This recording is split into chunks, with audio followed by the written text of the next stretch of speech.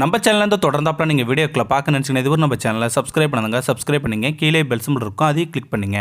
சரி, வாங்க நம்ம வீடியோக்குள்ளே போகலாம். வணக்கம் நண்பர்களே. முன்னாள் நீதிபதி தனது பேச்சை துவக்கினார். எனது மன்றத்தில் எத்தனையோ வழக்குகள் வந்திருக்கின்றன. அதில் ஒரு வழக்கு என்னை மிகவும் உணர்ச்சி வசப்பட வைத்தது. என் எதிரே பரிதாபமோ உருவெடுத்த வந்தபோல் ஒரு நடுத்தர வயது பெண் நின்று கொண்டிருந்தார். வழக்கு தொடுத்தவரும் அவரேதான். ஐயா, எங்களுக்கு ஒரே ஒரு மகள். என் வீட்டுக்காரருக்கு கை கால் வராது. நான் நாளைந்து வீட்டில் வீட்டு வேலை செய்து அதில் வரும் சம்பாத்தியல்தான் கணவரையும் மகளையும் காப்பாற்றி வந்து வருகிறேன். மகளையும் கஷ்டம் தெரியாமல் வளர்த்தேன். பலரது கால்களில் விழுந்து நல்ல பள்ளியில் படிக்க வைத்தேன்.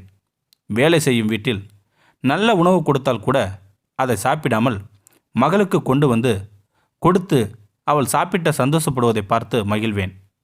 அதேபோல் யார் யாரிடமோ கெஞ்சி வேலை வாங்கி கொடுத்தேன். அவள் இப்போது சம்பாதிக்க துவங்கிவிட்டாள். எங்கள் கஷ்டம் எல்லாம் போய்விடும். இனி அவள் எங்களை பார்த்து கொள்வாள் என்று நினைத்தபோதுதான் அவள் காணாமல் போய்விட்டாள். அவளை அவளது விருப்பமின்றி யாரோ மயக்கும் வார்த்தை கூறி கடத்தி போயிருப்பதற்காக சந்தேகப்படுகிறேன் நான். ஆகவே எப்படியாவது என் மகளை கண்டுபிடித்து சேர்த்து வைக்க வேண்டும் என்று கோரிக்கை வைத்தாள். நீதிமன்றத்தின் உத்தரவுப்படி அவரது மகள் நீதிமன்றத்தில் ஆஜர்படுத்தப்பட்டார். மிக அலட்சியமாக நின்றிருந்த அந்த இளம்பெண், யாரும் என்னை கடத்தவில்லை. நான் மேஜரான பெண். எனக்கு பிடித்தவருடன் வாழ்வதற்காக நான் தான் விரும்பி சென்றேன் என்றார் அந்த இளம்பெண். நல்ல ஆங்கிலத்தில் பேசிய அந்த இளம்பெண்ணிடம் சம்பாதிக்கும் தோரணையும் இருந்தது. சரிம்மா, அதுக்காக உன்னை கஷ்டப்பட்டு படிக்க வைத்து ஆளாக்கிவிட்ட பெற்றோரிடம் ஒரு வார்த்தை கூட சொல்லாமல் அம்போன்னு விட்டுட்டு போயிட்டாம்மா, என்ன நியாயம் என்று கேட்டேன் நான். அந்த இளம்பெண்ணிடம் இருந்து பதில் எதுவும் இல்லை. இதற்கு மேல் சட்டத்திலும் இடமில்லை. ஆனாலும் என் மனம் கேட்கவே இல்லை. ஏதாவது ஒரு ட்விஸ்ட் நடக்கும் என்று நினைத்தேன் நான். ஆனால் இது சினிமாவில் வரும் நீதிமன்றம் அல்ல, நிஜமான நீதிமன்றம். இங்கே உறவுகளுக்கும் உணர்வுகளுக்கும் முக்கியத்துவம் உண்டு. எல்லாமே யதார்த்தமாக நடந்து விடாது. சரிம்மா, உன்னை ஒன்றும் சொல்லலை. உன் கூட உன் அம்மாவை கொஞ்ச நேரம் பேச வேண்டும் என்கிறார்.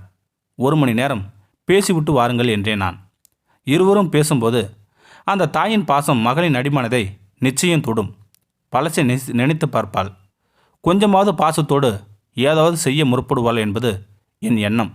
ஆனால் அவர்கள் பேசி முடிந்து வந்தபோது நான் நினைத்தது எதுவுமே நடக்கவில்லை.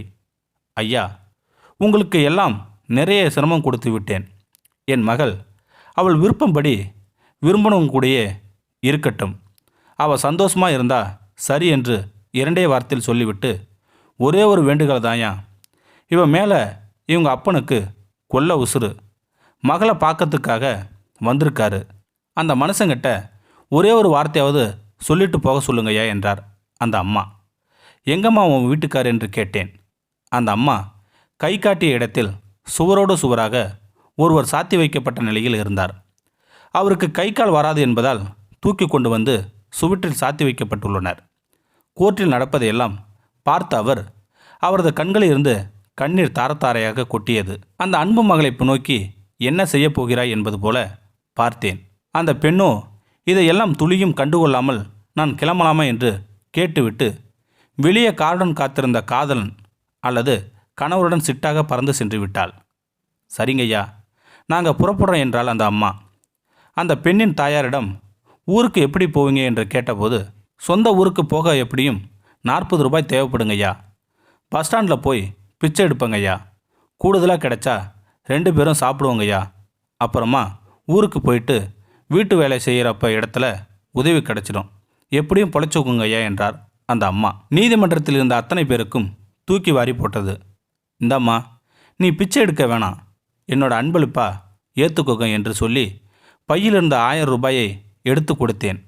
நான் கொடுத்ததை பார்த்த நீதிமன்றத்தில் இருந்த வழக்கறிஞர்கள், ஊழியர்கள், பார்வையாளர்கள் என்று ஆளுக்கு கொடுத்ததில் 40,000 சேர்ந்தது. அதை அந்த அம்மாவிடம் கொடுத்து, உங்கள் கவலைக்கு இது மருந்தல்லம்மா, ஊருக்கு போவதற்கான சிறு தீர்வுதான் என்று சொல்லி கொடுத்தேன் நான். பெற்றவர்களை புரிந்து கொள்ளாத இப்படிப்பட்ட பிள்ளைகளும் இருக்கிறார்களே என்று அன்று முழுவதும் மனம் வேதனைப்பட்டது எனக்கு. பிள்ளைகளுக்கும் அறிவை கொடுப்பதை விட அன்பை கொடுப்பது முக்கியம் என்பதை உணருங்கள் என்ற வேண்டுகோளுடன் முன்னாள் நீதிபதியான சா. நாகமுத்து தனது உருக்கமான பேச்சை முடித்தார். சென்னை வாணிமகாலில் நடந்த மறைந்த அமிழ்தன் எழுதிய முப்பால் உரை என்ற நூல் வெளியீட்டு விழாவில்தான் இப்படி ஒரு உரை நிகழ்த்தப்பட்டது. இந்த வீடியோ உங்களுக்கு பிடிச்சிருந்தா லைக் பண்ணுங்கள், ஷேர் பண்ணுங்கள், கமெண்ட் பண்ணுங்கள், கூடயே சப்ஸ்கிரைப் பண்ணுங்கள், கீழே இருக்கிற பெல் சிம்பலையும் கிளிக் பண்ணுங்கள். தேங்க்யூ ஃபார் வாட்சிங்.